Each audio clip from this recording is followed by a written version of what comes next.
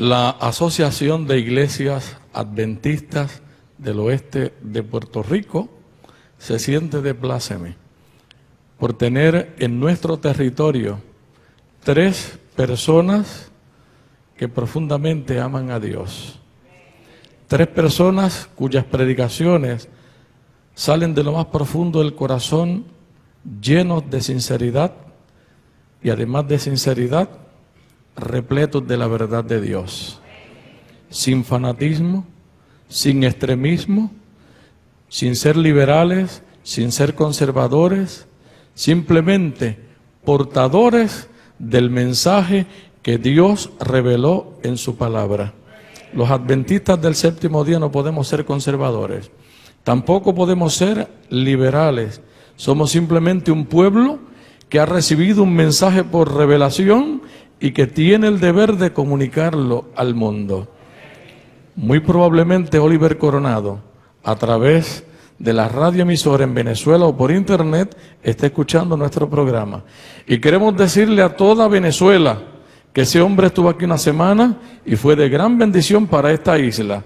Vino aquí el fin de semana y ya lo hemos constituido en hijo de la isla del Cordero, no de la isla del encanto, porque el encanto suena no muy bueno, sino de la isla del Cordero, de la isla de Puerto Rico, que queremos que sea la isla de Cristo.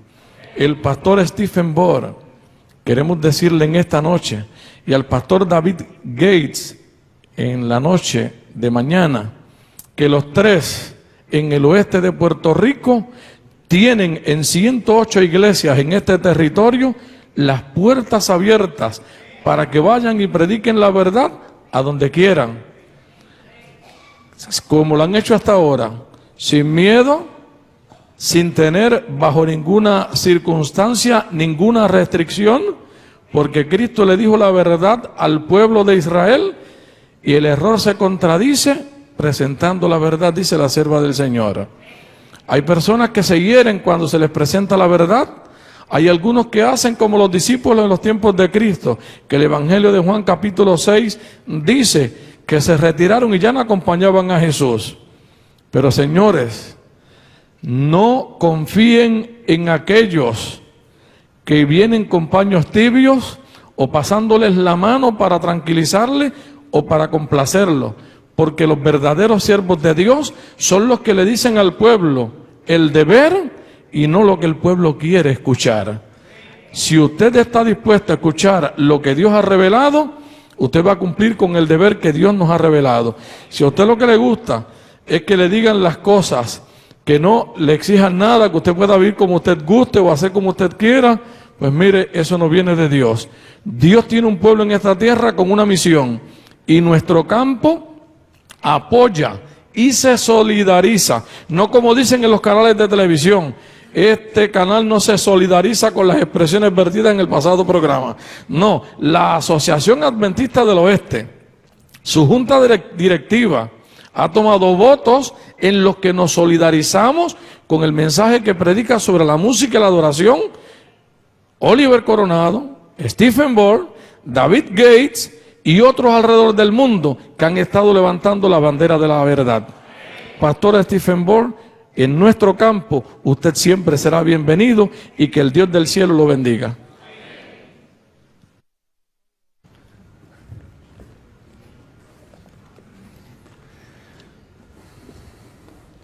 Le doy gracias al Señor porque tenemos administradores como el pastor Rodríguez en este campo del oeste de Puerto Rico. Un hombre valiente que no tiene miedo de perder su posición.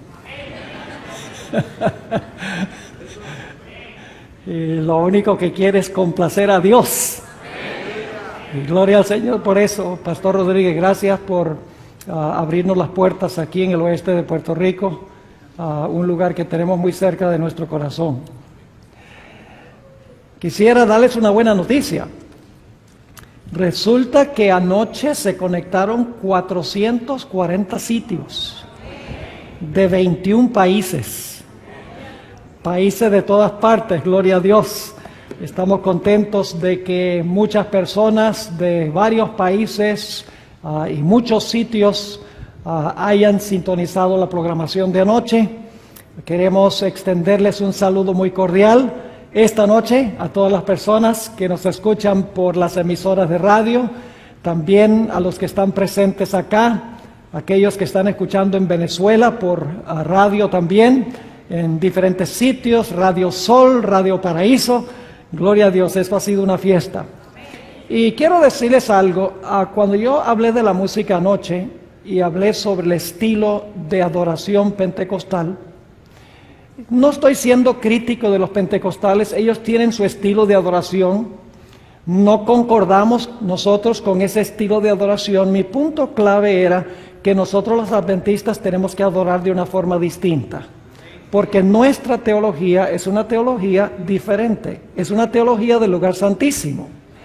Y es nuestro papel como adventistas compartir con el mundo, con nuestros hermanos pentecostales, con nuestros hermanos de otras iglesias protestantes, con nuestros hermanos católicos. Es vital que nosotros compartamos la verdad como se encuentra en toda la Sagrada Escritura. Ahora quisiera mencionar, antes de comenzar nuestro estudio, que a la salida hay ciertos materiales que he traído. Quiero mencionar que esta noche voy a presentar una porción pequeña de un libro que escribí que es supremamente importante, se llama Culto en el Trono de Satanás. Yo sé que algunos de ustedes lo tienen. Habla de la problemática que presentemente tenemos en la iglesia sobre el asunto de la adoración. No solo cubre la música, sino todos los aspectos que tienen que ver con la adoración. Y luego tengo un libro pequeño, está solo en inglés, pero ya ha sido traducido al español y en unas 2 o 3 semanas estará disponible en español, pero traje algunos en inglés sobre otro punto de contención en la iglesia sobre la ordenación de la mujer. Se llama Reflexiones sobre la ordenación de la mujer. Es un libro que ha causado un impacto muy grande, no solamente entre los laicos, sino también entre los pastores en Norteamérica. Varios pastores me han dicho que ellos tenían una posición antes y después del libro han cambiado su punto de vista. Es un libro pequeño, tiene solamente 64 páginas, pero en realidad trata sobre el verdadero problema en esta área. Así que los que estén interesados, tenemos este material y muchos otros materiales al final. Ahora sí vamos a inclinar nuestros rostros y vamos a pedir la bendición del Señor. Padre Celestial, en esta noche se haya reunido tu pueblo aquí, también en hogares, en iglesias, en casas, escuchando el mensaje que tú tienes para este tiempo. Pedimos, Padre, que a través de tu Santo Espíritu tú hables a cada uno de los que han sintonizado este programa. Que, Señor, quites de nuestro corazón y de nuestra mente cualquier estorbo, cualquier obstáculo que pueda impedir que escuchemos tu voz. Sabemos que cuando venimos a ti con confianza, cuando venimos con un espíritu humilde, tú respondes nuestras oraciones. Y así es que venimos delante de tu trono, pidiendo tu compañía y tu dirección, porque te lo pedimos en el precioso nombre de tu Hijo Cristo Jesús. Amén. En el año 2010, en la ciudad de Atlanta, se reunieron en un sábado más de 70,000 adventistas de todas partes del mundo para escuchar el sermón inaugural del nuevo presidente de la Asociación General de los Adventistas del Séptimo Día, el pastor Ted Wilson. Yo tuve el privilegio de estar presente allí y a medida que escuchaba su sermón me salían lágrimas de los ojos al ver cómo llamaba a la iglesia a un reavivamiento y una reforma. Y cómo en su sermón enfatizó en una forma cortés pero firme que la iglesia adventista tiene una relevancia especial para el mundo cristiano en este tiempo. Tiene una verdad presente. Y llamó a la iglesia a regresar una vez más a sus raíces. Que regresáramos a nuestro mensaje y regresáramos a nuestra misión. Literalmente, yo no soy una persona muy emocional, toma mucho para que me salgan lágrimas, pero debo admitir que en esa conferencia general me salieron lágrimas al escuchar a nuestro dirigente máximo terrenal, porque el celestial es Jesús, hablando de esa manera a nuestra iglesia. Y por lo tanto, en nuestro tema de esta noche, yo quiero comenzar formulando algunas preguntas. ¿Por qué existe la Iglesia Adventista del Séptimo Día? ¿Qué nos diferencia de las demás iglesias? ¿Debemos acaso nosotros predicar el mismo mensaje que predican las otras iglesias protestantes? ¿Será que la Iglesia Adventista tiene un mensaje distintivo y especial para este tiempo? Creo que la respuesta a estas preguntas se halla en una cita que viene del libro El Evangelismo, página 165, a donde la sierva de Dios habla de una doctrina que la Iglesia Adventista es la única iglesia que tiene esta doctrina correctamente enseñada. La doctrina del santuario. Dice la sierva del Señor: la comprensión correcta de la ministración en el santuario celestial es el fundamento de nuestra fe. Es decir, nadie puede entender la teología de la Iglesia Adventista sin entender la ministración de Cristo en el santuario. Ahora, para comenzar, quiero mencionar 5 funciones de Jesús en el santuario celestial, y también incluye su obra en la tierra. 5 funciones en el plan de la salvación que se revelan en el santuario hebreo. Ahora, en el santuario había varios sitios claves. En primer lugar estaba el campamento. Yo sé que muchas veces no incluimos el campamento como parte del santuario, pero no podemos estudiar el santuario sin estudiar en primero el campamento. Es decir, tenemos el primero el campamento, luego tenemos el atrio, luego tenemos el lugar santo y finalmente tenemos el lugar santísimo. Pero la ministración no terminaba en el lugar santísimo, porque después de concluir la obra en el lugar santísimo, el sumo sacerdote salía de nuevo al atrio, a donde se encontraba el macho cabrío Azazel. Y el sumo sacerdote tomaba los pecados que habían sido depositados en el curso del año en el santuario y colocaba la responsabilidad final sobre la cabeza del macho cabrío Azazel. Y para ese tiempo quedaba limpio el santuario y quedaba limpio también el pueblo. Así que podríamos decir 5 pasos en la ministración de Cristo en el santuario: su ministración en el campamento, su ministración en el atrio, su ministración en el lugar santo, su ministración en el lugar santísimo, concluye su obra allí, luego regresa al atrio que representa la tierra y allí coloca los pecados sobre la cabeza del macho cabrío Azazel. Ahora quiero mencionar cuáles son las funciones de Cristo en cada uno de esos pasos que encontramos en el santuario. Hablemos en primer lugar del campamento. La ley de Dios, mis hermanos y hermanas, exige absoluta perfección. La ley dice: obedéceme perfectamente y vive. Ahora yo pregunto, ¿cuántos de los presentes le pueden ofrecer a la ley lo que la ley exige? ¿Hay alguien aquí en esta noche que le puede ofrecer a la ley la perfección que la ley exige? ¿Alguien quiere levantar la mano?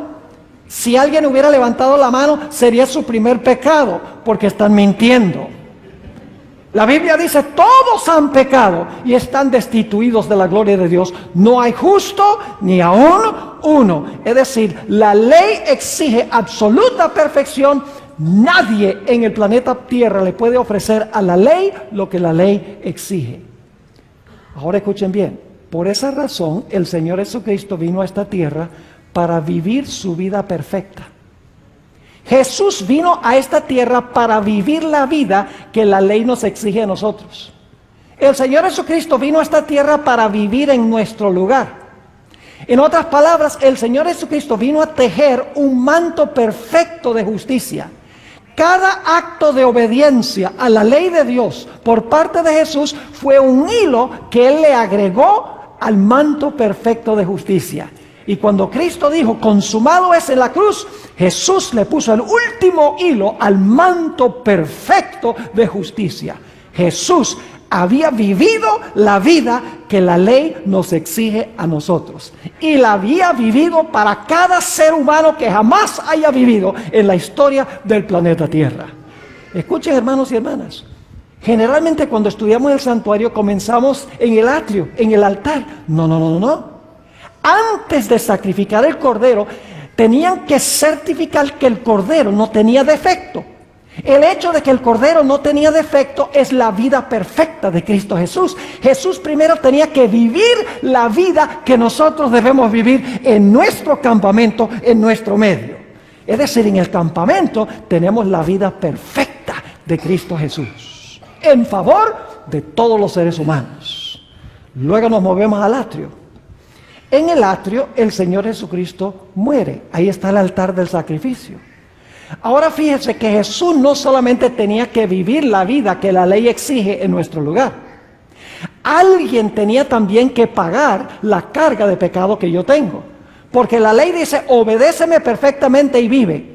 Pero si no obedeces perfectamente la ley, tienes que ¿qué? Tienes que morir. Así que no era suficiente que Jesús viniera a vivir la vida que nosotros debemos vivir. El Señor Jesucristo tenía que venir a morir la muerte que nosotros debemos morir por haber quebrantado la ley de Dios. Y Jesús murió por todos los pecados de todos los seres humanos que jamás hayan vivido en la historia del planeta Tierra. Es decir, en el campamento y en el atrio, el Señor Jesucristo vivió la vida que la ley nos exige a nosotros y sufrió la muerte que la ley nos exige por ser pecadores. Jesús vivió por todos los seres humanos y Jesús murió también por todos los seres humanos. Y luego nos movemos a la obra de Cristo en el lugar santo. Ahora yo pregunto, ¿el Señor Jesucristo perdonó los pecados de todos los pecadores en la cruz? ¿Saben que cuando yo pregunto eso, la mayoría de las personas, inclusive en la iglesia adventista, dicen, sí, en la cruz el Señor Jesucristo perdonó los pecados? Escuchen bien, mis hermanos y hermanas. En la cruz el Señor Jesucristo no perdonó los pecados. En la cruz el Señor Jesucristo hizo provisión para perdonar los pecados. La Biblia dice que el perdón es algo individual, no es algo corpóreo. La Biblia nos dice, si confesamos nuestros pecados, Él es fiel y justo para perdonar nuestros pecados y limpiarnos de toda maldad. Es decir, que la obra de Cristo en el lugar santo, ahora como intercesor, es aplicar su vida y aplicar su muerte a aquellas personas que vienen a Él arrepentidos, confesando sus pecados y confiando en la vida y en la muerte de Cristo en su favor. Y cuando yo me arrepiento, y el arrepentimiento viene de Dios, dicho sea de paso, la Biblia dice que la bondad de Dios nos lleva al arrepentimiento. Y cuando yo confieso mi pecado y le digo al Señor Jesús, quien es mi intercesor, Señor, yo soy un miserable pecador, yo no merezco tu gracia, yo merezco la destrucción, yo merezco la muerte, pero Señor Jesús, yo creo que tú viviste la vida que la ley me exige a mí, yo creo que tú moriste la muerte que la ley me exige a mí, Señor Jesús, yo confío en ti. En ese momento Jesús en el lugar santo intercede por mí y me pone a mi cuenta su vida y su muerte. Y Dios me mira como si nunca hubiera pecado. Soy acepto en el amado. Esa es la obra que ha estado haciendo Jesús. Jesús en el lugar santo está recibiendo clientes individuales para aplicar los beneficios de su vida y su muerte a personas que vienen a Él arrepentidas, personas que vienen confesando sus pecados y confiando en los méritos de Cristo Jesús. En el servicio del santuario en el Antiguo Testamento, durante todo el curso del año, los pecados entraban al santuario. El pecado se colocaba sobre la cabeza del animal, luego el sacerdote tomaba la sangre, introducía la sangre en el santuario. De esa manera, los pecados eran transferidos del pecador a la víctima y a través de la víctima al santuario por la intercesión del sacerdote. Es decir, durante el curso del año, el santuario se llenaba, se contaminaba, porque entraba al santuario por la sangre el pecado. Y por lo tanto el santuario quedaba contaminado. Ahora, ¿saben? Hay personas que dicen, muchos adventistas inclusive, dicen, nosotros los adventistas nunca tenemos seguridad de salvación. Porque nosotros creemos que cuando confesamos nuestros pecados entran allá al santuario y están registrados en el santuario y contaminan el santuario. Escuchen bien, mis hermanos, cuando yo me arrepiento, cuando confieso mis pecados, cuando confío en Jesús, yo ya no tengo que preocuparme, porque en ese momento yo puedo tener la seguridad de perdón, puedo tener la seguridad de salvación. Ahora el problema lo tiene el santuario. Y aquellas personas que dicen que no pueden tener seguridad de salvación porque el pecado entra al santuario, déjenme decirles una cosa: mejor es que tengan los pecados en el santuario, porque si no están en el santuario, están aquí. Nuestra mayor seguridad es entrar al santuario por la sangre de Cristo, a través del arrepentimiento, a través de la confesión, confiando en los méritos de Jesús. Nuestros pecados entran al santuario, pero los pecados son pecados perdonados que están en el santuario. Esa es la obra que hace Cristo en el santuario. El Señor Jesucristo intercede por individuos. Ustedes conocen lo que dijo el apóstol Pedro en el día del Pentecostés. Dice: arrepentíos y bautícese cada uno de vosotros en el nombre del Señor Jesucristo. ¿Para qué? Para perdón de los pecados. Hay que arrepentirse y bautizarse para perdón de los pecados, y luego recibiréis el don del Espíritu Santo. Es decir, que desde el día del Pentecostés en adelante, el Señor Jesucristo está ministrando en el santuario, recibiendo individuos que se arrepienten, confiesan su pecado y confían en Jesús. Y Jesús los representa ante el Padre, son aceptos en el amado, y Dios los acepta como si nunca hubieran pecado. Pero el problema es que el santuario se contamina. Y por esa razón llega el momento en que es necesario purificar el santuario. Y esa obra de purificar el santuario de los pecados que entraron allí al santuario por la sangre, el pecador no tiene que preocuparse, porque entraron a través del arrepentimiento, la confesión, puede tener seguridad de salvación. Pero los pecados igual están en el santuario, igual contaminan el santuario. Llega el momento en que hay que purificar el santuario. ¿Y dónde se realiza esa obra de purificar el santuario? Esa obra de purificar el santuario se realiza, ¿dónde? En el lugar santísimo del santuario. ¿Me están entendiendo hasta ahora lo que hemos estado estudiando? En el lugar santísimo del santuario. El propósito del lugar santísimo es purificar el santuario de los pecados que entraron allí. Es decir, en el servicio diario el pecado va del pecador a la víctima al santuario. En el día de expiación, en el lugar santísimo, los pecados se mueven en la dirección contraria. Se mueven del lugar santísimo allá al atrio, a donde se encuentra el macho cabrío Azazel, símbolo de Satanás, el originador e instigador del pecado, el que últimamente es responsable por el pecado. Ahora, con esto en mente, ¿les quedaron claros los 5 pasos? Con esto en mente, vamos a hacernos la pregunta: ¿qué es la verdad presente? De todas estas etapas de la obra de Jesús, su obra en el campamento, su obra en el atrio, su obra en el lugar santo, su obra en el lugar santísimo, su obra final otra vez en el atrio, ¿cuál de estos aspectos podríamos llamar la verdad presente, la verdad para hoy? Hermanos y hermanas, no es complicado. En cada época la sierva de Dios dice que hay una verdad presente. Cuando Jesús vino a esta tierra, la verdad presente era que Jesús había venido a vivir la vida como el Cordero de Dios, una vida sin mancha de pecado, y así lo introdujo el predicador Juan el Bautista. Cuando el Señor Jesucristo murió en la cruz, la muerte de Cristo era la verdad presente para ese momento. En el día del Pentecostés, la verdad presente era que ahora Jesús iba a tomar su vida y su muerte y se los iba a aplicar a los que vinieran a Él arrepentidos al santuario. Ahora yo pregunto, ¿dónde está el Señor Jesucristo hoy?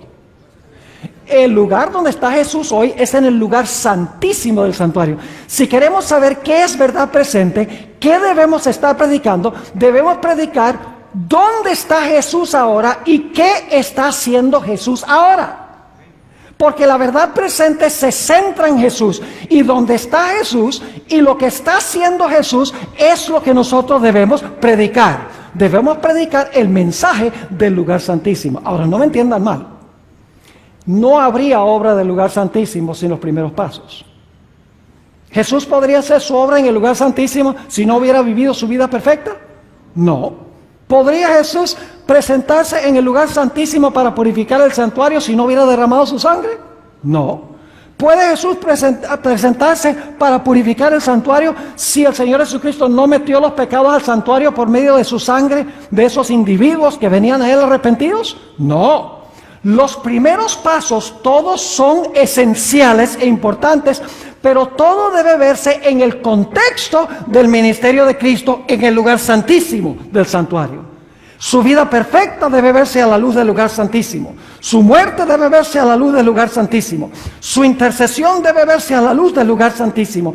Porque la verdad presente es a dónde está Jesús y qué está haciendo Jesús ahora mismo en este tiempo. Así que lo único que tenemos que hacer para descubrir qué es verdad presente es descubrir dónde está Jesús y qué está haciendo, y eso es lo que tenemos que predicar. Ahora, ampliemos un poquito más este asunto. ¿Dónde podemos nosotros descubrir más plenamente lo que es la verdad presente para este tiempo? Yo creo que necesitamos ir, hermanos y hermanas, al libro de Daniel y al libro de Apocalipsis para entender ¿cuál es la verdad presente para este tiempo? El mensaje del lugar santísimo. Ahora, quiero repasar con ustedes las 7 iglesias del libro de Apocalipsis. Ahora, ¿saben ustedes que no solamente los adventistas, sino que muchos teólogos no adventistas enseñan que las 7 iglesias representan 7 períodos de la historia de la iglesia, desde los tiempos de los apóstoles hasta el fin del tiempo? No solo es la iglesia adventista la que enseña eso. Hay muchos teólogos evangélicos, bautistas, pentecostales que enseñan que las 7 iglesias representan 7 periodos consecutivos de la historia de la iglesia. Y es interesante, yo he leído varios de estos libros y generalmente dicen que la iglesia de Éfeso es la iglesia apostólica, no solo la iglesia adventista. Dicen que la iglesia de Esmirna es la iglesia perseguida por los emperadores romanos. Dicen que la iglesia de Pérgamo es la iglesia del tiempo de Constantino, cuando penetró la apostasía en la iglesia. Dicen que la iglesia de Tiatira representa la iglesia durante el periodo de dominio papal, esa mujer Jezabel, la ramera, que se menciona en el Apocalipsis del capítulo 17. Dicen que la iglesia de Sardis representa la reforma protestante. Es decir, que no solo la iglesia adventista, sino muchas otras iglesias enseñan que la iglesia de Éfeso es la apostólica, la de Esmirna, las persecuciones imperiales, la de Pérgamo representa la iglesia en el tiempo de Constantino, la iglesia de Tiatira representa la iglesia papal y la iglesia de Sardis representa el periodo de la reforma protestante. Son las 5 primeras iglesias. Ya cuando llegamos a las 6 y las 7 se vuelven nebulosos. Ahora yo pregunto, ¿cuándo termina el periodo de supremacía del papado? Ustedes deben saber eso. Iba a gobernar tiempos y ¿qué? Y la mitad de un tiempo. Es decir, que la 5ª iglesia nos lleva al año 1798. Ahora, lo que quiero que miremos especialmente es la 6ª iglesia. Recuerden que la 6ª iglesia es después de la iglesia apostólica, el periodo de los emperadores romanos, después del periodo de Constantino, después del periodo de supremacía papal, después de la reforma protestante. Ya nos estamos acercando al final de la historia porque es la iglesia número 6 en la secuencia, es hacia el final de la historia. Ahora, quiero que notemos cuál iglesia es esa. Es la iglesia de Filadelfia. Ahora, ¿saben algo interesante? Vamos a notar en unos momentos que delante de la iglesia de Filadelfia se coloca una puerta abierta. Y usted dice, ¿por qué? ¿Qué es esa puerta? ¿Y a dónde conduce esa puerta? ¿Y qué pasa dentro de esa puerta? ¿Saben el nombre de la 7ª iglesia? Es Laodicea. ¿Saben lo que significa la palabra Laodicea? Significa juzgando al pueblo, o el pueblo del juicio. Es decir, que la iglesia de Filadelfia es la iglesia que viene inmediatamente antes de comenzar ¿qué? Antes de comenzar el juicio. La última iglesia es la iglesia del juicio. Es decir, que la iglesia de Filadelfia es la iglesia que viene inmediatamente antes de comenzar el juicio. Ahora vayan conmigo a Apocalipsis, el capítulo 3. Y vamos a leer los versículos 7 y el versículo 8 para ver lo que dice de esta puerta y a dónde conduce esta puerta. Dice allí: escribe al ángel de la iglesia en Filadelfia. Recuerden, la sexta iglesia hacia el final de la historia, después del periodo de la iglesia romana, después del periodo del protestantismo, no solamente según los adventistas, sino según teólogos no adventistas. Dice allí: escribe al ángel de la iglesia en Filadelfia. Esto dice el santo, el verdadero, el que tiene la llave de David, el que abre y ninguno cierra, y cierra y ninguno abre. Yo pregunto, ¿esta llave abre una puerta, sí o no? En la iglesia de Filadelfia, ¿la llave va a abrir una puerta? Sí. ¿Va a cerrar otra? Claro, porque dice abre y nadie la puede cerrar, cierra y nadie la puede abrir. Ahora usted dice, pero ahí no dice una puerta, ahí sencillamente dice que tiene una llave, abre y cierra. Pero noten lo que sigue diciendo en el versículo 8. Yo conozco tus obras. He aquí, he puesto delante de ti una ¿qué? Una puerta abierta, la cual nadie puede cerrar. Es decir, abre una puerta y nadie puede cerrar esa puerta. Dice, una puerta abierta, la cual nadie puede cerrar, porque aunque tienes poca fuerza, has guardado mi palabra y no has negado mi nombre. Delante de la sexta iglesia, después del periodo de dominio papal y después de levantarse la reforma protestante, en la iglesia de Filadelfia, hacia el final de la historia, se iba a colocar delante de esa iglesia una puerta abierta. Ahora necesitamos hacernos la pregunta: ¿cuál puerta era? Escuchen bien. El santuario tenía 3 puertas. La primera puerta conducía del campamento al atrio o al patio. La segunda puerta conducía del patio o del atrio al lugar santo. Y la tercera puerta conducía del lugar santo al lugar santísimo. Y claro, la pregunta clave es: ¿cuál de estas puertas es la puerta que se colocó delante de la iglesia de Filadelfia? ¿Será la primera puerta? No puede ser la primera puerta. Y usted dice, ¿por qué no puede ser la primera puerta? Yo pregunto, ¿cuándo es que el Señor Jesucristo entró al atrio para morir en la cruz? ¿Hacia el final de la historia, en la sexta iglesia? No, durante el tiempo ¿qué? Apostólico. Es decir, eso pasó antes de la iglesia de Éfeso. Así que no puede ser la primera puerta, porque la puerta que lleva al atrio la abrió Cristo, y Cristo entró para morir en la cruz cuando estuvo aquí en la tierra. Entonces decimos, ¿será la puerta, la segunda puerta, la que conduce del atrio al lugar santo?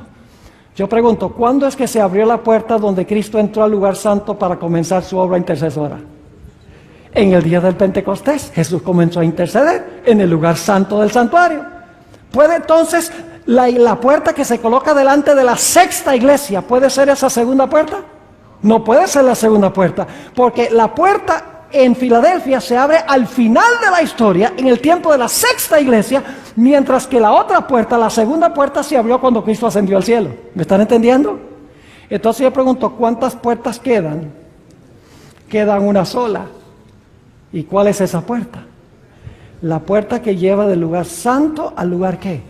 Santísimo. Ahora escuchen bien. El libro de Apocalipsis identifica el momento cuando se abre esa puerta. Vayan conmigo a Apocalipsis el capítulo 11 y el versículo 19. Apocalipsis el capítulo 11 y el versículo 19. Aquí se habla del momento cuando se abre esta puerta. Y escuchen bien. No tengo tiempo de mostrarles el contexto de ese versículo, pero ustedes lo pueden estudiar.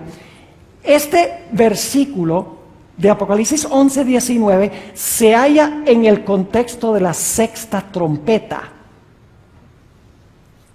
Ustedes saben que nosotros los adventistas tradicionalmente, y yo creo que correctamente, hemos creído que las iglesias, los sellos y las trompetas corren juntas. Son 3 diferentes perspectivas de la historia desde los tiempos apostólicos hasta el fin del tiempo. Las iglesias empiezan en los tiempos apostólicos, terminan en el tiempo del fin. Los sellos comienzan en los tiempos apostólicos y terminan en el tiempo del fin. Las trompetas comienzan en los tiempos apostólicos y terminan en el tiempo del fin. tres diferentes formas de trazar la historia eclesiástica desde tres diferentes perspectivas. Y es interesante que Apocalipsis 11:19 está en el contexto de la sexta trompeta. Fíjense, sexta iglesia y este versículo sexta trompeta. Ahora fíjense lo que dice Apocalipsis 11:19. El templo de Dios fue abierto. ¿Qué indica eso? Fue abierto. Pues antes que estaba cerrado, claro que sí. Dice, el templo de Dios fue abierto en el cielo. ¿Y a dónde conducía esa puerta? Bajo la sexta trompeta. La sexta iglesia mencionaba ¿qué cosa? Una puerta también. Dice, el templo de Dios fue abierto en el cielo. ¿Y qué se vio? Y el arca de su pacto se veía en el templo. Y hubo relámpagos, voces, truenos, un terremoto y grande granizo. ¿Cuál es la puerta que se abrió bajo la sexta trompeta o bajo la sexta iglesia? La puerta que conduce ¿a dónde? Al lugar santísimo del santuario. ¿Cuadra la cronología? La sexta iglesia y la sexta trompeta están al final del tiempo, después del periodo de dominio papal y la reforma protestante. Exactamente, la cronología cuadra a perfección. Ahora escuchen bien. Se abre la puerta de la puerta y se ve dentro de la puerta ¿qué cosa? El arca del pacto. Yo pregunto, ¿a dónde se encontraba el arca del pacto? El arca del pacto se encontraba en el lugar santísimo. ¿Y cuándo era que se abría ese apartamento en la historia de Israel? En el día de expiación, que era el gran día del juicio del pueblo de Israel. Entonces, ¿para qué se abre esa puerta en Apocalipsis 11 y el versículo 19? Se abre porque ahora va a comenzar ¿qué cosa? Va a comenzar el juicio en el santuario celestial. ¿Le quedó clara la cronología? Ahora vamos a otro pasaje que describe el mismo evento y no voy a leer el pasaje, pero se lo voy a describir. Daniel, el capítulo 7. Ustedes lo conocen bien, eso se predica en evangelismo cada rato. Yo espero que se predique. El pastor Rodríguez nos dijo que las profecías se pueden presentar desde una perspectiva cristocéntrica y que no hay ninguna prohibición de que prediquemos las profecías. Lo que pasa es que muchos no quieren que se prediquen las profecías porque tienen temor a ofender a alguien. Escuchen, hermanos y hermanas, si nuestros hermanos de otras iglesias no entienden estas profecías, últimamente van a recibir la marca de la bestia. ¿Usted quiere desearle eso a sus amigos de otras iglesias? ¿Ustedes quieren que los amigos de sus otras iglesias tomen la decisión incorrecta cuando venga la prueba sobre el sello de Dios y la marca de la bestia? Mis hermanos y hermanas, si tenemos amor para con esta gente, vamos a querer presentar este mensaje. Porque dejarlos en ignorancia significa que se van a perder y van a tomar la decisión incorrecta. Así que el mensaje de la profecía es un mensaje de amor. Jesús manda este mensaje porque Él no quiere que recibamos la marca de la bestia. Él quiere que nosotros recibamos el sello de Dios. Daniel 7. ¿Qué representa el león? A ver, díganme ustedes, ¿qué representa el león? Ay, están débiles ustedes. No se comieron el ñame antes de venir a la iglesia. Óigame, ¿representa el león qué? Babilonia, muy bien. Y entonces, ¿el oso qué representa? Medo-Persia. ¿El leopardo qué representa? Grecia. Y luego tenemos una bestia espantosa y terrible. ¿Qué representa? Roma. Y luego a esa bestia le salen 10 cuernos. ¿Qué representan los 10 cuernos? Las divisiones del Imperio Romano. Y luego entre los 10 se levanta un cuerno pequeño. Y ese cuerno pequeño representa otra clase de Roma. ¿Cuál Roma? Roma papal. ¿Y cuánto tiempo gobierna Roma papal? Gobierna 1260 años. ¿Y cuándo terminan los 1260 años? En el año 1798. Ahora escuchen bien. En Daniel el capítulo 7 dice que cuando el cuerno pequeño llega al final de su periodo de dominio, el juez se sienta y los libros ¿qué? Se abren. ¿Es la misma cronología de las 7 iglesias? ¿Sí o no? Sí. Hacia el final, después del papado y la reforma protestante, Filadelfia, la puerta abierta. La puerta se abre en el cielo, se ve el arca del pacto, sexta trompeta, hacia el final de la historia de la iglesia. Y ahora aquí vemos en Daniel el capítulo 7, que después del periodo de dominio papal, comienza ¿qué cosa? El juicio, porque dice que el juez se sentó y los libros se abrieron. Y luego escuchen bien, luego nos dice que cuando el juez entra y el juez se sienta y los libros se abren, entonces sobre las nubes del cielo viene ¿quién? Viene el Hijo del Hombre. Esto se encuentra en los versículos 13 y 14. ¿Y a dónde llega el Hijo del Hombre sobre las nubes del cielo? A la tierra, ¿verdad? Para llevarse a su pueblo al cielo. No. Los mileritas se equivocaron en eso. Ellos entendían Daniel 7, 13 y 14 como la segunda venida de Cristo. Pero en Daniel 7, 13 y 14 nos dice que el anciano de días se sentó, los libros se abrieron y luego Jesús fue llevado a donde se encontraba el anciano de edad. Es decir, está hablando no de la segunda venida de Cristo a esta tierra, sino a la entrada de Cristo, a donde entró el Padre para desempeñar el juicio, para comenzar una obra de ¿qué? Para una obra de juicio. Y luego, escuchen, dice que Jesús entra allá a la presencia del anciano de días y entonces dice que al Señor Jesucristo se le da su reino. ¿Para qué entra Jesús al lugar santísimo? Entra al lugar santísimo para recibir ¿qué cosa? Para recibir su reino. Ahora, ¿qué significa eso? Que Jesús va a entrar al lugar santísimo para recibir su reino. ¿Cómo es eso? ¿Ustedes creen que Jesús entra al lugar santísimo para recuperar el territorio de su reino? ¿Su reino se compone de territorio? No, escuchen bien. El reino de Jesús se compone de los súbditos que pertenecen a su reino. ¿Y qué es lo que hace el juicio? No se distraigan. ¿Qué es lo que hace el juicio? El juicio es lo que hace es distinguir entre ¿qué? Entre quién es un verdadero seguidor de Jesús y quién no. Y cuando termina el juicio, yo pregunto, ¿ya se ha revelado quiénes son parte del reino de Cristo Jesús cuando termina el juicio? Claro que sí. El propósito de Jesús es entrar a tomar su reino, pero el hecho de tomar el reino no significa que va a tomar un montón de territorio o el planeta, significa que Jesús va a revelar quiénes son los verdaderos súbditos de su reino. Va a distinguir, en otras palabras, a los que son de los que no son. Y algunos dicen, pero pastor, ¿para qué Dios necesita un juicio? ¿Cuántos de ustedes creen que Dios sabe todas las cosas? Bueno, por lo menos hay unos 10. No sean flojos.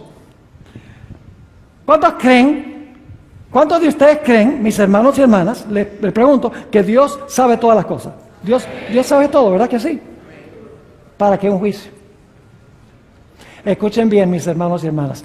El propósito del juicio no es para informar a Dios. El propósito del juicio es revelarle al universo quiénes fueron seguidores genuinos de Cristo y quiénes fueron hipócritas. Dios lo sabe, Jesús lo sabe, pero el universo no. El propósito del juicio no es informar a Dios. El propósito del juicio es revelarle a los seres de otros mundos, a los ángeles y a nosotros, últimamente, que Dios fue justo en salvar a algunos que profesaban su nombre y a otros no. Y escuchen bien, en este juicio, antes de la segunda venida de Cristo, solamente los casos de los que profesaron a Jesús entran en juego. Es decir, el juicio dentro de la puerta, en el lugar santísimo, no incluye a aquellos que no aceptaron a Cristo Jesús. Solamente incluye ese juicio a aquellas personas que profesaron el nombre de Cristo Jesús. Ahora yo pregunto, ¿todas las personas que profesan el nombre de Cristo son verdaderos seguidores de Cristo? ¿Hay trigo y cizaña en la iglesia? ¿Y cómo se distingue? El trigo y la cizaña se ven igualitos. Hay que esperar hasta que se haga un ¿qué? Un juicio. Y nosotros no somos los que hacemos el juicio, son los ángeles al final, dice, que hacen la separación o la división. Pero la cizaña y el trigo se parecen mucho. Yo pregunto, ¿la red del Evangelio reúne peces malos y buenos? Claro que sí. ¿Y qué hay que hacer cuando se llega a la playa? Hay que separar a los buenos que se van a llevar al mercado de los que no sirven. Yo pregunto, ¿en la iglesia solamente hay vírgenes sabias? ¿Hay también vírgenes fatuas? Claro que sí. Las vírgenes fatuas tenían lámparas. Representa la Biblia. Tenían por lo menos cierta medida de aceite. Oye, pero eran hipócritas. Es decir, profesaban, pero no eran. Yo pregunto, en la cámara matrimonial, ¿solamente entran los que tienen el manto que se proveyó o hay algunos que se van a infiltrar? ¿Ustedes no conocen esa parábola de Jesús? Del hombre que entró a la fiesta de bodas sin el manto. ¿Qué creen ustedes? ¿Que eso está hablando de Cristo en la segunda venida? Cristo se lleva a su pueblo al cielo, después que todo el mundo está en el cielo, Jesús dice, ¿y cómo entraste tú aquí? No. Eso está hablando de un juicio investigador antes de la segunda venida del Señor Jesucristo, para separar a sus verdaderos hijos de los que profesaron ser y no son. Nos dicen los evangelios que muchos van a decir, Señor, Señor. No echamos demonios en tu nombre, no profetizamos en tu nombre, no hicimos milagros en tu nombre. Y Jesús va a decir, claro, como ustedes saltaron y hablaron en lenguas, hicieron milagros y sanaron gente y echaron demonios y dieron profecía, vénganse conmigo, ustedes son míos. No, Jesús dice, nunca os conocí, apartaos de mí, obradores de maldad. Yo pregunto, ¿esa gente profesaba ser seguidora de Jesús? Claro, porque le dice, Señor, Señor. ¿Y cómo se nota la diferencia entre uno y el otro? Yo pregunto, ¿en la iglesia hay lobos vestidos de ovejas? Ustedes conocen todos estos versículos a los cuales me estoy refiriendo. Yo pregunto, ¿hay inclusive ministros que se disfrazan como ministros de justicia? El apóstol Pablo lo dice. Yo pregunto, ¿hay cristianos que tienen la apariencia de piedad, pero no tienen el poder de la piedad? Claro que sí. Entonces, en el juicio, mis hermanos y hermanas, el Señor Jesucristo sabe quiénes son suyos y quiénes no son suyos, pero Él quiere revelarle al universo quiénes fueron de corazón verdaderamente seguidores del Señor Jesucristo, para revelarle a todos los seres del universo que Él fue justo y misericordioso en salvar a los que pertenecen a su reino. ¿Entiende lo que significa el hecho de que Jesús entra al lugar santísimo para adquirir su reino? Entra allá a adquirir su reino haciendo una obra de juicio para establecer quiénes son sus seguidores. Cuando el juicio termina, ya el Señor Jesucristo ha completado su reino. Ahora escuchen lo que voy a decir. Es posible que en el juicio se revoque el perdón. Yo sé que en el servicio diario los pecados entraban al santuario, ¿verdad? La persona venía arrepentida, supuestamente, confesando su pecado sobre la cabeza del animal. El sacerdote no preguntaba, ¿eres sincero o no eres sincero? No, aceptaba lo que decía el pecador. Y a través de la sangre metía el pecado dentro del santuario. Yo pregunto, ¿habría alguna posibilidad de que en el juicio se revocara ese perdón? Sí, Señor. Oye. Y ustedes dicen, ¿dónde enseña la Biblia eso? ¿Ustedes recuerdan la parábola del Señor Jesucristo de los dos deudores? ¡Wow! Yo tengo un sermón completo sobre esa parábola. Esta noche no la podemos estudiar. Pero ustedes recuerdan que había un hombre que tenía una deuda enorme que no podía pagar. Es más, le hubiera tomado como 10,000 años pagar esa deuda. Y los eruditos dicen que él había desfalcado el dinero del amo, del Señor. Y el Señor lo llamó a cuenta, le dijo, ven y rinde cuentas. Ese es el juicio. El rendir cuentas es el momento del juicio.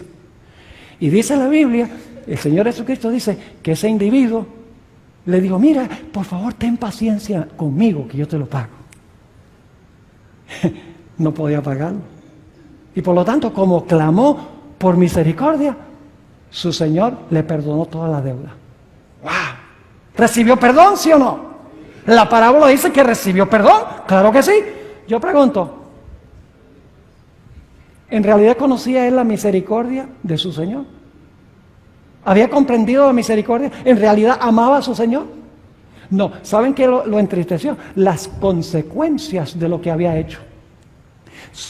Eran lágrimas de cocodrilo. Es decir, no estaba arrepentido, nada. Y sin embargo, porque clamó, se le perdonó. Pero cuando se le llama a rendir cuentas, algo sucede. Se le perdona, sale y ¿qué hace? Se encuentra a un individuo que le debe 100 denarios, una miseria. Bueno, no una miseria porque era equivalente de 100 días de trabajo, pero era una deuda pagable. Y le dice, págame lo que me debes. Y este individuo también clama por misericordia, dice, por favor, dame tiempo que yo te lo pago. ¿Qué tiempo ni qué pan caliente? Y lo agarró por el cuello y lo sacudió y le dijo, págame lo que me debes. Pues el informe fue al Señor, que lo había perdonado grande. Y cuando el Señor lo escuchó, lo llamó y le dijo, ven acá. Yo no te perdoné una deuda bien grande. Por amor a mí, por haberte perdonado una deuda tan grande, ¿por qué en tus obras tú no demostraste que estás dispuesto de compartir ese perdón con otros? Y dice que le revocó el perdón y lo echó a la cárcel hasta que pagara toda su deuda. ¿Se puede revocar el perdón en el juicio si la persona fue hipócrita cuando depositó sus pecados en el santuario? Sí, Señor. El propósito, mis hermanos y hermanas, del juicio sencillamente es revelar si el arrepentimiento de una persona fue genuino o fue falso. ¿Y cómo se revela si el arrepentimiento fue genuino o fue falso? Es muy sencillo. El juicio se hace conforme a nuestras obras. Se examinan nuestros pensamientos, nuestras emociones, se examinan nuestras acciones, nuestras palabras, para ver si en verdad nosotros nos arrepentimos, confesamos de corazón nuestros pecados y confiamos en Jesús y por su gracia pudimos vencer esas tendencias en nuestra vida. Ahora quiero que noten que no solamente nos habla del hecho de que el Señor Jesucristo va a separar a los genuinos de los hipócritas. Y tenemos que preguntarnos aquí en esta noche, ¿soy yo un creyente genuino? ¿O sencillamente vengo a la iglesia? Sencillamente devuelvo el diezmo, pero mi corazón no está con Jesús. Tenemos que examinarnos de si nosotros somos en verdad hijos del reino, si en verdad nos hemos arrepentido y hemos confesado nuestros pecados y hemos confiado en Jesús y odiamos el pecado y amamos a Cristo y queremos su poder para vencer el pecado, para que nuestra vida sea diferente y distinta. Pero escuchen bien, el lugar santísimo nos revela otras cosas muy interesantes. El mensaje distintivo y especial de la Iglesia Adventista, todas sus doctrinas especiales que los distinguen de las demás iglesias, se encuentran en el lugar santísimo del santuario. Yo pregunto, ¿qué estaba dentro del arca del pacto? La ley. ¿Qué enseña la iglesia adventista en cuanto a la ley? Que todavía está ¿qué? Vigente. Y que por la gracia de Dios, Dios quiere que nosotros la obedezcamos. ¿Qué dice el mundo cristiano en cuanto a la ley? Clavada en la cruz. Cristo la guardó. No somos salvos por obras. No estamos bajo la ley, sino bajo la gracia. Es decir, el mundo cristiano rechaza la ley de Dios, porque no ha entrado al lugar santísimo. ¿Qué más encontramos en el centro de la ley? El sábado. ¿Qué dice el mundo cristiano del sábado? No, era para los judíos. Los cristianos no tienen que guardarlo, nosotros guardamos el domingo en honor a la resurrección. Yo pregunto, ¿es esa una de las doctrinas distintivas de la iglesia adventista, la ley y el sábado en el lugar santísimo? ¿Por qué el mundo cristiano no lo ve? Porque ellos están en el atrio y en el lugar santo y no han entrado al lugar santísimo. Porque cuando entran al lugar santísimo, ven que Jesús ahora va a separar a los genuinos de los hipócritas. Y que la ley de Dios todavía está vigente. Y que el sábado todavía es el día de reposo del Señor. Pero hay otras cosas que se revelan. También se revela el hecho de que el sábado es una prueba para el pueblo de Dios, para ver si van a andar en la ley de Dios. ¿Saben qué más había en el lugar santísimo? Un pote de maná. Y si ustedes van a Éxodo 16, Dios dice, yo voy a probar a Israel para ver si van a andar en mi ley. Y luego les da la prueba del maná para ver si van a guardar el sábado y andar en su ley. Es decir, el sábado era una prueba de la lealtad de ellos a la ley. Yo pregunto, ¿el sábado será una prueba de lealtad del pueblo de Dios a la ley de Dios en el tiempo del fin? Está en el lugar santísimo, en el maná. Pero el maná también revela la reforma pro salud. Porque ustedes encuentran en Números 11 que el pueblo estaba cansado de esas dietas sencillas que Dios les había dado. Y dice, no, danos carne de comer y la comida rica de Egipto. Y todos se enfermaron. La sierva de Dios dice que el maná también enseña la reforma pro salud, que debemos vivir saludablemente. Yo pregunto, ¿qué enseña la mayoría de las iglesias del mundo cristiano? Dicen, no hay ningún problema. Si quieres comerte tu chuleta, está bien. Si quieres comerte tus camarones y tus langostinos, no hay ningún problema. Cómetelos, que la oración santifica la vianda. Eso es lo que dice el mundo cristiano. Poco énfasis sobre la salud, porque no han entrado al lugar santísimo del santuario celestial. Además de eso, ¿qué dicen ellos del juicio? ¿Saben lo que enseñan las iglesias? Dicen, no, el juicio es cuando Cristo venga. Eso no es lo que la Biblia enseña. La Biblia no enseña que el juicio se va a realizar cuando el Señor Jesucristo venga. La Biblia enseña que el juicio comienza antes de la segunda venida, mientras todavía está abierta la puerta de la gracia. Y ustedes dicen, ¿dónde dice la Biblia eso?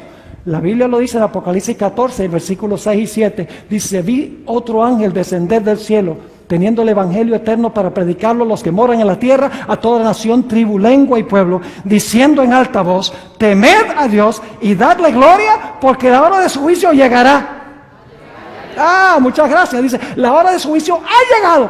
Yo pregunto, la hora del juicio llega mientras se está predicando el evangelio? Claro que sí. Porque el ángel está predicando el evangelio y dice, la hora de su juicio ha llegado. Es decir, el juicio comienza mientras se está predicando el evangelio, antes de la segunda venida, lo cual significa que el juicio tiene que realizarse ¿dónde? En el santuario celestial. Saben que el santuario, el lugar santísimo, también enseña la doctrina del estado de los muertos. ¿Ustedes recuerdan la vara de Aarón que floreció? Era una vara, un vástago muerto, pero por un milagro de Dios brotó la vida.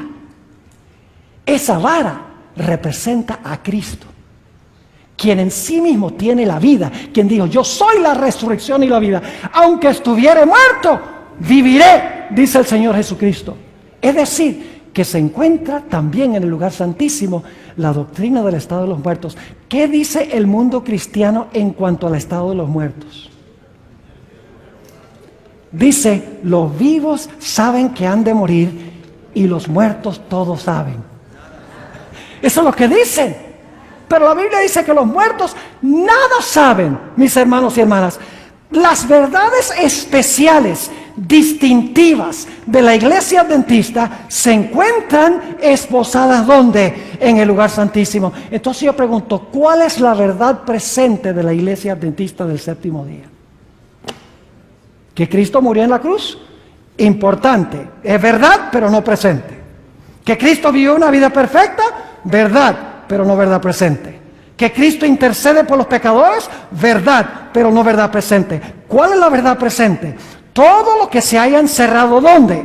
Todo lo que se haya encerrado en el lugar santísimo del santuario celestial. La ley, el sábado, el estado de los muertos, la idea del juicio, la reforma pro salud, todo lo que nos distingue de las demás iglesias como adventistas del séptimo día. Y nosotros lo que queremos hacer es adorar como adoran ellos. Mis hermanos y hermanas, qué vergüenza debería darnos esto, de que nosotros nos avergoncemos del mensaje especial que Dios nos ha dado, el mensaje especial del lugar santísimo del santuario. Ahora, no puedo concluir sin mencionarles la lección más grande que viene del lugar santísimo. Y déjenme decirles, el mundo cristiano, inclusive muchos de los teólogos y ministros de la iglesia adventista, tienen un problema en este punto teológico. Ustedes le dicen, ¿creen que debemos nosotros, por el poder de Dios, que podemos por el poder de Dios vencer completamente el pecado antes que Cristo venga? ¿Y qué dicen muchos? No podemos vencer completamente el pecado antes que Cristo venga. Esa es la respuesta que dan muchos. Yo no sé, tal vez están leyendo ese versículo. ¿Usted conoce ese versículo? Dice, casi todo lo puedo en Cristo que me fortalece.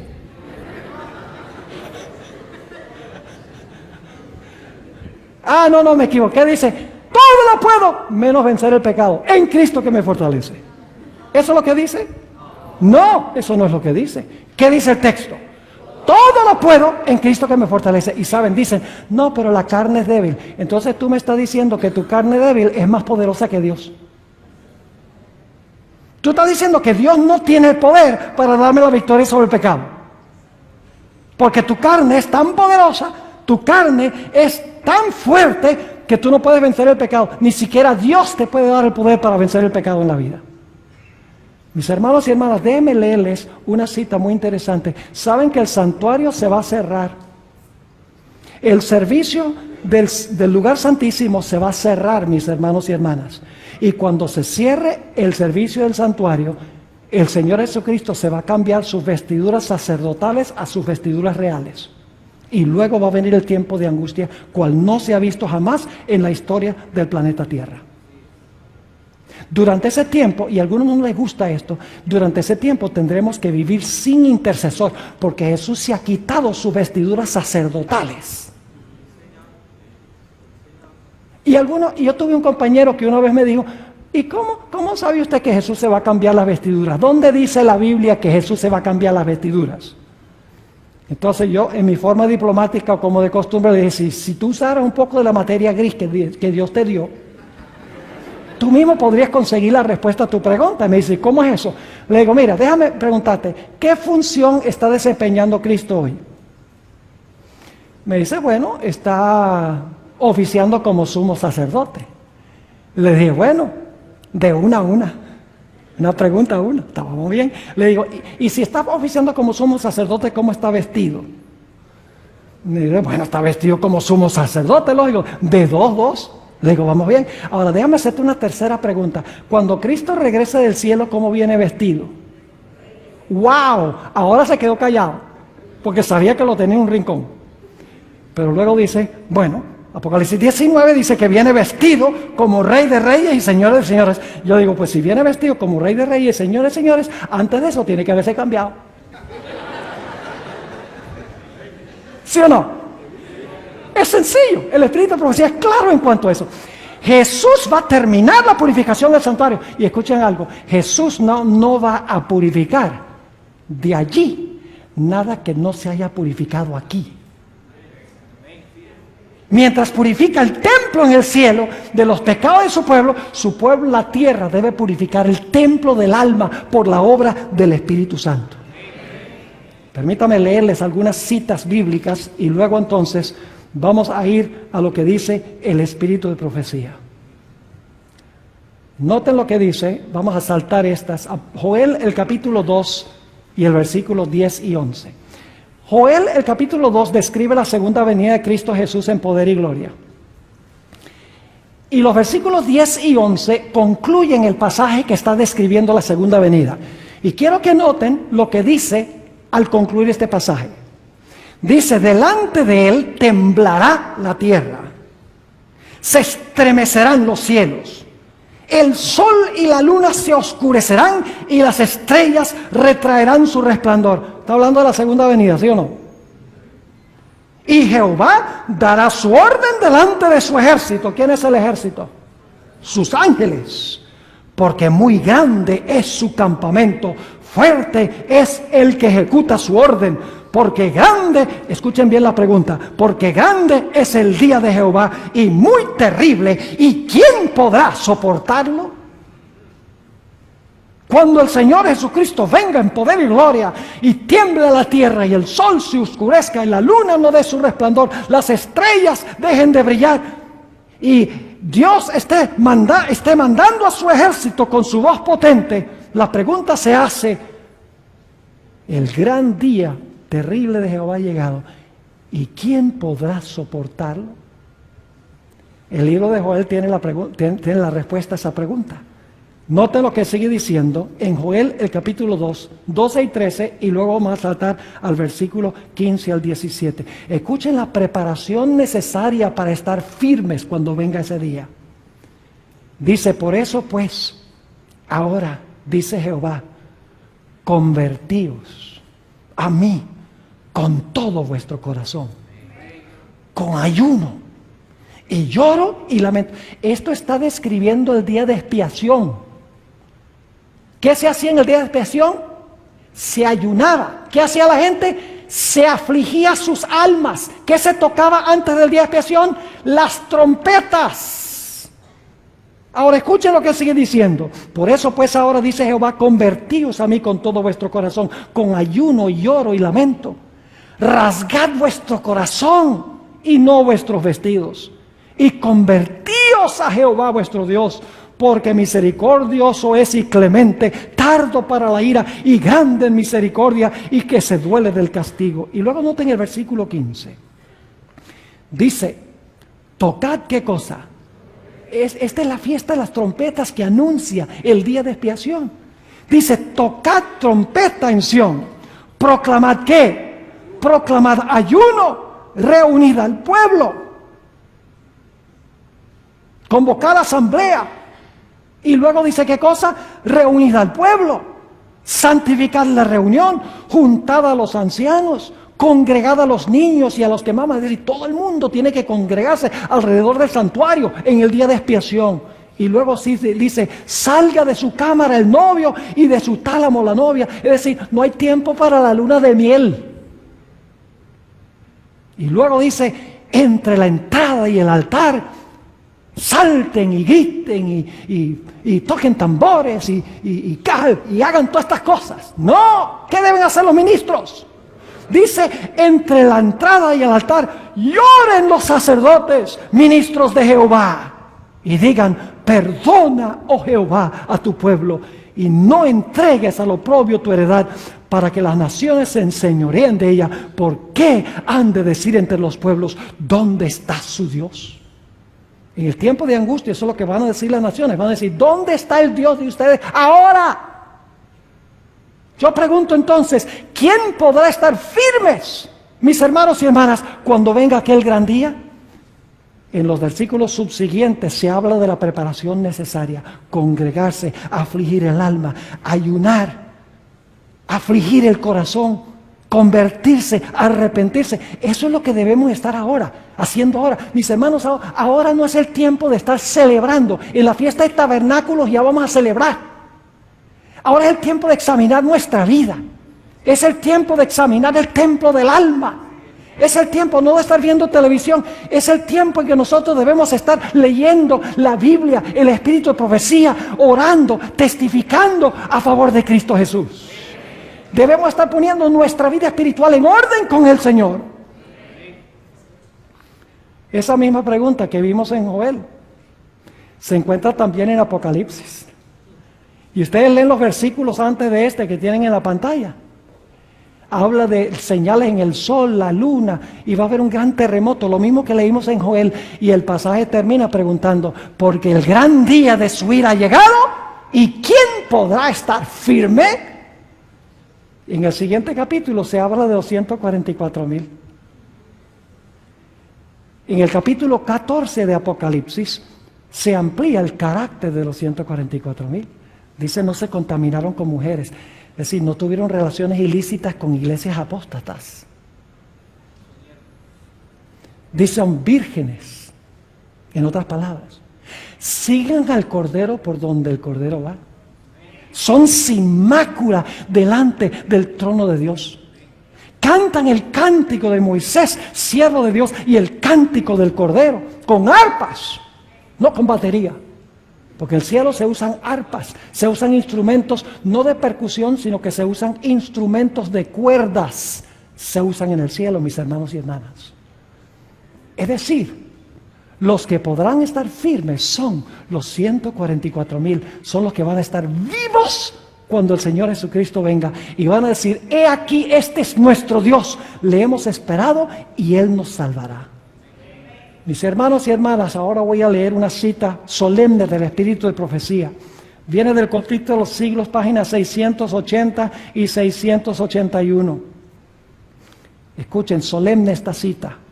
Ahora, mientras que nuestro gran sumo sacerdote está haciendo propiciación por nosotros, debemos tratar de llegar a la perfección en Cristo. Ahora escuchen bien, va a hablar primero de Jesús. Nuestro Salvador no pudo ser inducido a ceder a la tentación ni siquiera en pensamiento. ¿Oyeron eso? Nuestro Salvador no pudo ser inducido a ceder a la tentación ni siquiera en pensamiento. Y luego habla de nosotros. Satanás encuentra en los corazones humanos algún asidero en que hacerse firme. Es tal vez algún deseo pecaminoso que se acaricia, por medio del cual la tentación se fortalece. Pero Cristo declaró al hablar de sí mismo: viene el príncipe de este mundo, mas no tiene nada en mí. Satanás no pudo encontrar nada en el Hijo de Dios que le permitiese ganar la victoria. Cristo guardó los mandamientos de su Padre y no hubo, ahora escuchen, y no hubo en él ningún pecado de que Satanás pudiese sacar ventaja. Y ahora escuchen bien, esta es la condición en que deben encontrarse los que han de poder subsistir en el tiempo de angustia.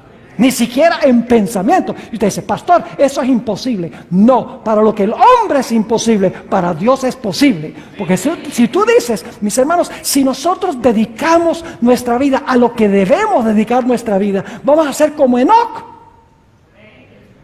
como Elías, que tuvieron pasiones como las nuestras, pero que tienen una comunión íntima con el Señor. Eso significa que vamos a tener que cambiar nuestros hábitos y nuestras prácticas. Lo que vemos, lo que oímos, lo que hacemos, el entretenimiento en el cual participamos. Mis hermanos y hermanas, es tiempo ahora, cuando está por concluir el juicio celestial, de poner nuestras vidas en orden con el Señor.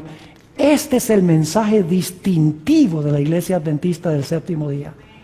La mayoría de los cristianos dicen: no, somos pecadores, al fin y al cabo, pues vamos a seguir pecando hasta que Cristo venga, y cuando Él venga, Él lo arregla todo.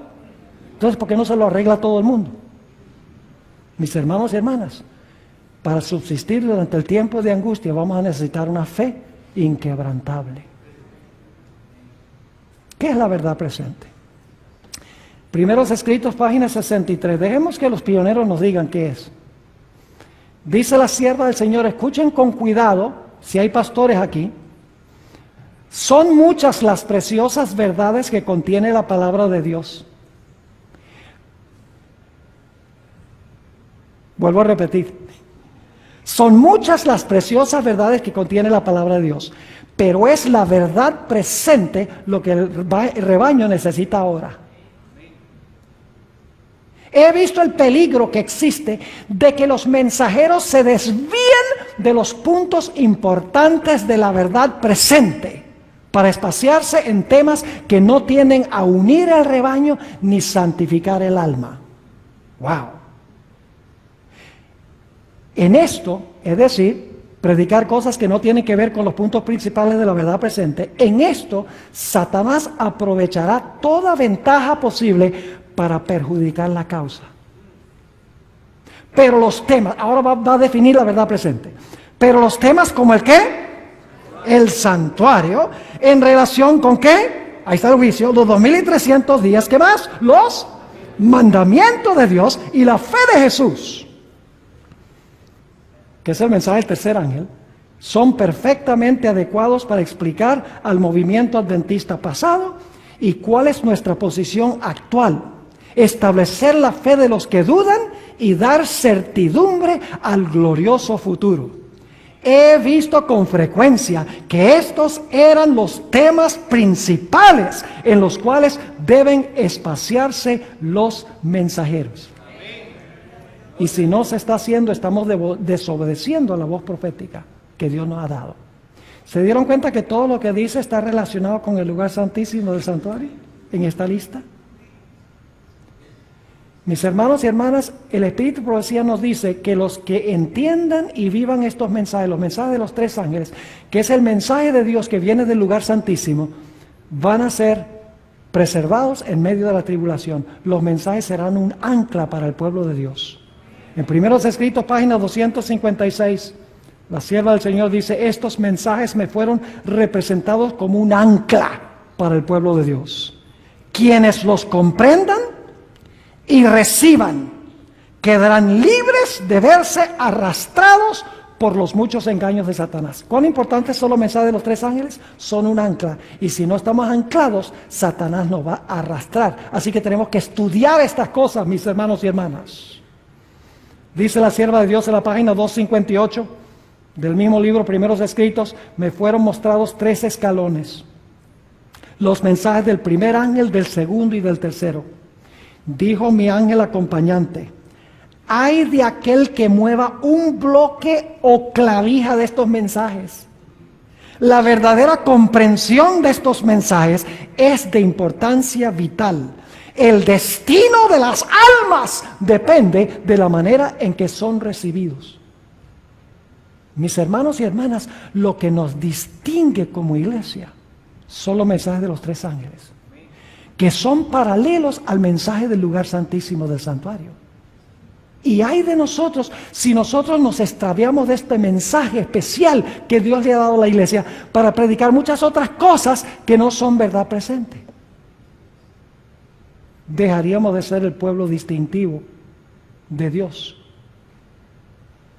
Seríamos evangélicos del séptimo día, o luteranos del séptimo día, o presbiterianos del séptimo día. Ya no seríamos adventistas del séptimo día. Mis hermanos y hermanas, yo apelo a los que estamos aquí, al igual que los que están viendo por televisión, escuchando por radio, viendo por el internet. Mis hermanos y hermanas, volvamos a nuestras raíces. No perdamos el tiempo con esta idea de lo que hay que hacer es alabar, y lo que hay que hacer es venir al culto para que nos entretengan y gozar, y etcétera. No, estamos en un tiempo muy serio para eso. Tenemos que preparar un carácter para el cielo. Tenemos, por la gracia de Dios, que purificar el templo del alma. Ojalá esa sea nuestra experiencia. Oremos. Padre, te damos gracias porque tú has dado este maravilloso mensaje a tu pueblo remanente. Padre, perdónanos por haberlo escondido debajo de un almud. Tal vez por temor a lo que la gente piense, tal vez por temor a que la gente se ofenda, tal vez porque tenemos demasiado flojera de estudiarlo. No sé cuál es el motivo, Padre, pero perdónanos. Te pedimos, Señor, que no solamente nos des perdón, sino que nos levantes y nos des la valentía de proclamar estos mensajes con amor a todo el mundo que perece en el pecado, para que el mundo sepa que los conflictos finales van a tener que ver con la ley, el sábado, el estado de los muertos, el espiritismo. Todas estas cosas que tú nos has dado para enseñar van a proteger al mundo, a tus fieles, de ser engañados por Satanás. Te ruego, Señor, que nos bendigas al retirarnos de este local. También que tú bendigas al pastor Gates mañana, el viernes y el sábado. Que sea una gran bendición, una conclusión con broche de oro para esta semana. Te lo pedimos en el nombre precioso de tu Hijo, Cristo Jesús. Amén. Amén.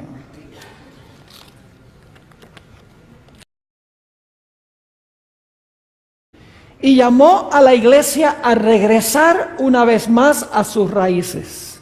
Que regresáramos a nuestro mensaje y regresáramos a nuestra misión.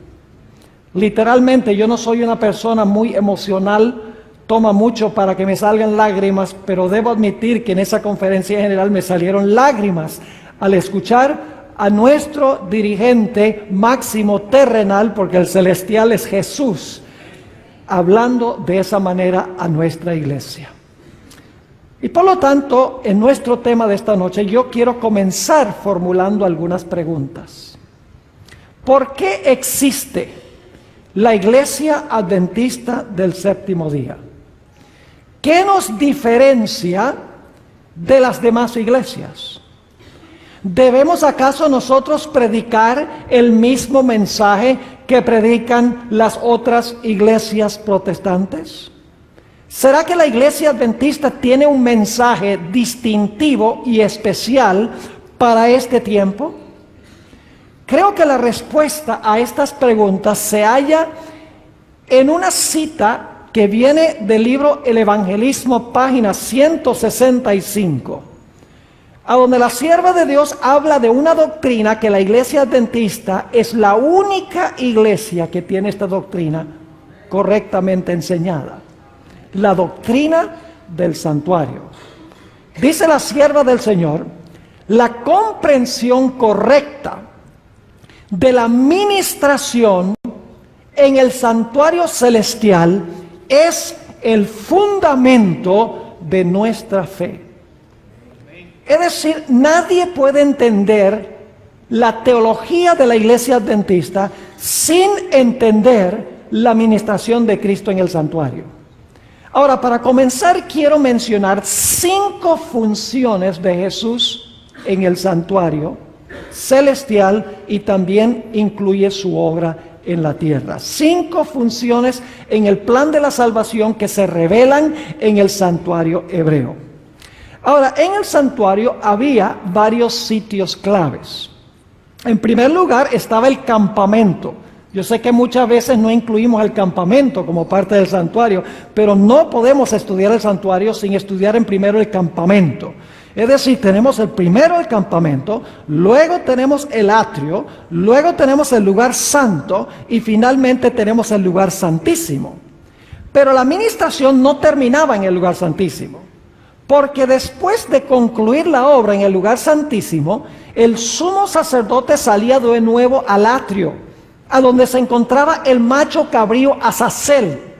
Y el sumo sacerdote tomaba los pecados que habían sido depositados en el curso del año en el santuario y colocaba la responsabilidad final. Hay ciertos materiales que he traído. Quiero mencionar que esta noche voy a presentar una porción pequeña de un libro que escribí que es supremamente importante. Se llama Culto en el Trono de Satanás. Yo sé que algunos de ustedes lo tienen.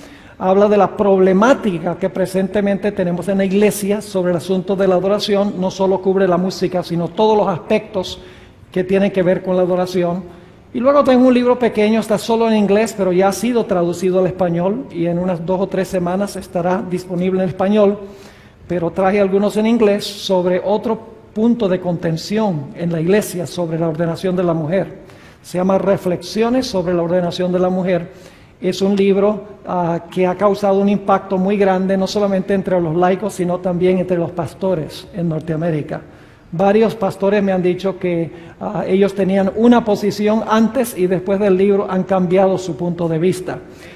Es un libro pequeño, tiene solamente 64 páginas, pero en realidad trata sobre el verdadero problema en esta área. Así que los que estén interesados, tenemos este material y muchos otros materiales al final.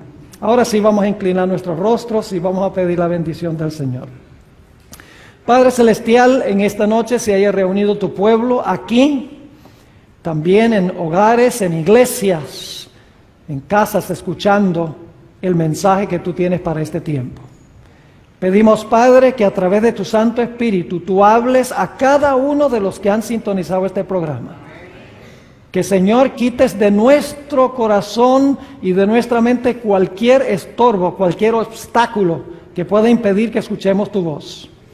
Sabemos que cuando venimos a ti con confianza, cuando venimos con un espíritu humilde, tú respondes nuestras oraciones. Y así es que venimos delante de tu trono, pidiendo tu compañía y tu dirección, porque te lo pedimos en el precioso nombre de tu Hijo Cristo Jesús. Amén. En el año 2010, en la ciudad de Atlanta, se reunieron en un sábado más de 70,000 adventistas de todas partes del mundo para escuchar el sermón inaugural del nuevo presidente de la Asociación General de los Adventistas del Séptimo Día, el pastor Ted Wilson. Yo tuve el privilegio de estar presente allí y a medida que escuchaba su sermón me salían lágrimas de los ojos al ver cómo llamaba a la iglesia a un reavivamiento y una reforma, y cómo en su sermón enfatizó en una forma cortés pero firme que la iglesia adventista tiene una relevancia especial para el mundo cristiano en este tiempo. Tiene una verdad presente. Eso no viene de Dios. Dios tiene un pueblo en esta tierra con una misión y nuestro campo apoya y se solidariza. No como dicen en los canales de televisión. Este canal no se solidariza con las expresiones vertidas en el pasado programa. No, la Asociación Adventista del Oeste, su junta directiva, ha tomado votos en los que nos solidarizamos con el mensaje que predica sobre la música y la adoración Oliver Coronado, Stephen Bohr, David Gates y otros alrededor del mundo que han estado levantando la bandera de la verdad. Pastor Stephen Bohr, en nuestro campo usted siempre será bienvenido y que el Dios del cielo lo bendiga.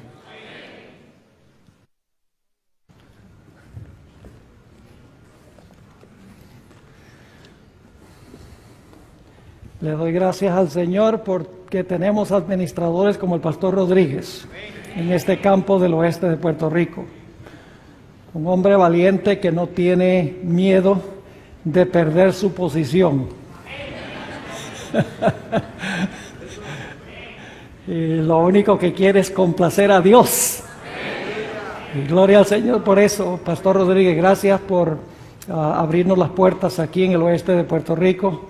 Un lugar que tenemos muy cerca de nuestro corazón. Quisiera darles una buena noticia. Resulta que anoche se conectaron 440 sitios de 21 países. Países de todas partes, gloria a Dios. Estamos contentos de que muchas personas de varios países y muchos sitios hayan sintonizado la programación de anoche.